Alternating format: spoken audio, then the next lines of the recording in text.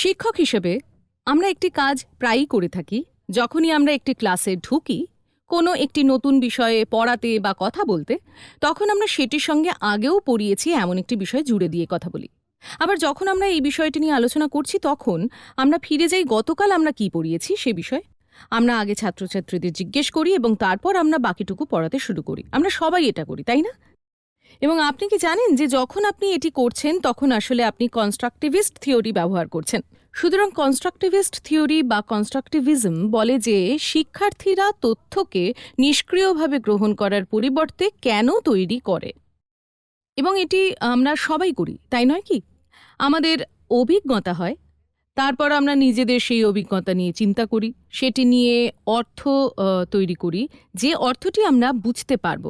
তারপর আমরা এই নতুন অর্থটিকে, এই নতুন তথ্যটিকে আমরা আগে থেকেই জানি বা আমাদের আগে থেকেই জানা তথ্যের সঙ্গে জুড়ে দিই।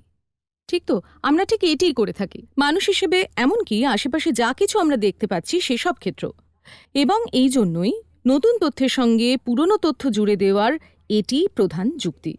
এবং আমরা সকলেই জানি যে এটি করলে শিক্ষার্থীরা খুব সহজেই শিখতে পারে। কনস্ট্রাকটিভিস্ট থিওরি বলে একজন মানুষ যখন পড়তে আসছে, তখন সে মোটেই একটি সাদা পাতার মতো নয় যে তার উপর আমরা জ্ঞান লিখে দিতে পারি, বরং তারা নিজেদের চিন্তাধারা, জ্ঞান এবং এর আগে যা শিখেছে সে সব কিছুর একটি ধারণা নিয়ে আসে, এবং এটি সেই উপকরণ যা ব্যবহার করে তারা নতুন তথ্যটি নির্মাণ করবে।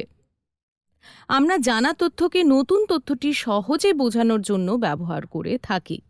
কনস্ট্রাকটিভিজম হল কিভাবে আমরা নিজেদের পৃথিবী সম্পর্কে একটি বোধ তৈরি করি। উদাহরণস্বরূপ, ফিডব্যাক। আমরা প্রত্যেকেই ফিডব্যাক পেয়েছি, তাই না? কিন্তু আমাদের মধ্যে কেউ কেউ ফিডব্যাকটিকে সমালোচনা বলে ভাবি, আর কেউ কেউ সেটিকেই ভাবি একটি নতুন ইনপুট হিসেবে।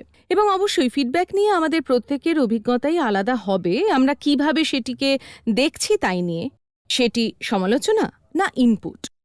এমনকি আমাদের কনস্ট্রাকটিভিজম থিওরি চলে আসছে সেই প্রাচীনকাল থেকে, যখন সক্রেটিস ডায়ালগ ব্যবহার করতেন, প্রশ্ন ব্যবহার করতেন নতুন বিষয় শেখানোর জন্য। উনি সবসময় ওনার ছাত্রদের প্রশ্ন করতেন। তিনি চাইতেন যাতে তারা এর আগে শেখা বিষয়গুলির উপর নির্ভর করে একটি জমি তৈরি করতে পারে, যাতে এই নতুন জ্ঞান আত্মস্থ করা সহজ হয়। এবং কাউন্সিলর হিসেবে আমাদেরও এটি করা উচিত। আমাদের বুঝতে হবে যে আমাদের ছাত্রছাত্রীরা কিভাবে চারপাশের পৃথিবীকে দেখছে এবং তাদের কাছে এসবের কি মানে দাঁড়িয়েছে। যে মুহূর্তে আমরা এটি বুঝতে পারবো, তখনই আমাদের পক্ষে সহজ হয়ে দাঁড়াবে তাদের কাজ করার উদ্দেশ্য খুঁজে পেতে সাহায্য করতে, তারা যে ধরনের কাজের সঙ্গে যুক্ত হতে চায় তার উপর তাদের নিয়ন্ত্রণ শেখাতে, কাজের ক্ষেত্রে যে যে চয়েস তারা নেবে সেগুলোর সঠিক মূল্যায়ন করতে, এবং অবশ্যই কাজের মাধ্যমে নিজের একটি পরিচয় তৈরি করতে। এখন উদাহরণস্বরূপ, একজন শিক্ষক পরবর্তী প্রজন্মকে প্রভাবিত করাকেই তার কাজ হিসেবে দেখছেন। এখন কিভাবে তারা এই কাজের মধ্যে উদ্দেশ্য খুঁজে পাবে?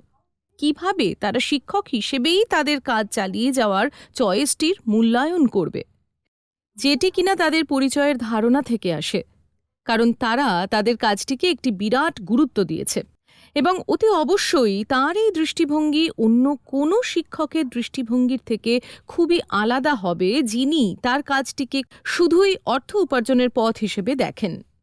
তাই কাউন্সিলর হিসেবে কনস্ট্রাকটিভিজম থিওরির সাহায্যে যে মূল বিষয়টি আমাদের বুঝতে হবে তা হল, প্রত্যেকেই নিজের নিজের অভিজ্ঞতার একটি নতুন অর্থ তৈরি করে, আর আমাদের সেই অর্থটিকেই বুঝতে হবে যখন আমরা সেই নির্দিষ্ট মানুষটির সাথে কথা বলছি, যাতে আমরা তাদের বিভিন্ন বিকল্প দিতে পারি এবং দুনিয়া সম্পর্কে তাদের যে ধারণা তার উপর ভিত্তি করে তাদের সাথে কথা বলতে পারি।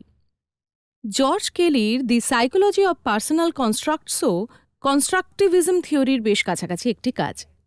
উনি বলেছিলেন, মানুষ আলাদা কারণ তারা আলাদাভাবে পৃথিবীটিকে দেখে।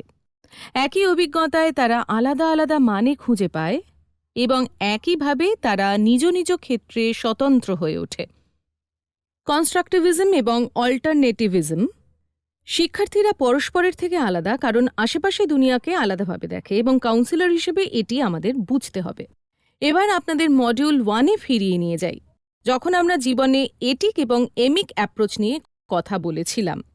সেই সব অ্যাপ্রোচ যা দিয়ে আমরা অন্যদের দেখি, যেখানে আমরা দেখতে পাই এটিক হলো একটি নির্দিষ্ট সংস্কৃতির অংশ হয়ে সেই সংস্কৃতির দিকে দেখা, অথবা সংস্কৃতির বাইরে থেকে সেই সংস্কৃতির দিকে দেখতে পারি। এটিক ভার্সেস এমিক। সংস্কৃতি একই থাকে, বদলে যায় আমাদের দৃষ্টিভঙ্গি। কাউন্সিলর হিসেবে যারা কিনা কনস্ট্রাকটিভিজম থিওরিতে বিশ্বাস করেন, আমাদের বুঝতে হবে কোনো একটি নির্দিষ্ট অভিজ্ঞতার মানে আমাদের শিক্ষার্থীদের কাছে ঠিক কী। এখানে আমি আপনাদের একটি উদাহরণ দিচ্ছি, এবং অদ্ভুতভাবে উদাহরণের কথা বলার আগে জর্জ কেলি বলেছিলেন, এই মুহূর্তে যে সব কনস্ট্রাক্ট আমাদের আছে, যার মানে হলো যে সমস্ত পরিস্থিতি বা অভিজ্ঞতার কথা এই মুহূর্তে আলোচনা করছি তা বদলে যেতে পারে জীবনের বদলে যাওয়া পরিস্থিতির সঙ্গে।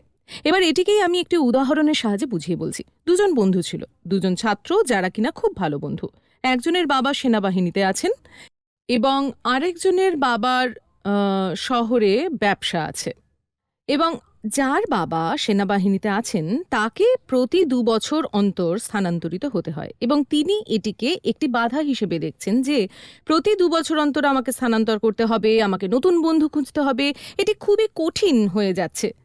কিন্তু যে ছাত্রটির বাবার ব্যবসা আছে, যে তার গোটা জীবন ধরে শুধু এই শহরটিতেই থেকেছে, কখনো কোথাও যায়নি, সে তার বন্ধুর প্রত্যেক 2 বছর অন্তর শহর বদলটিকে একটি অ্যাডভেঞ্চার হিসেবে দেখে, নতুন কিছু, যেটি তার কাছে খুবই এক্সাইটিং।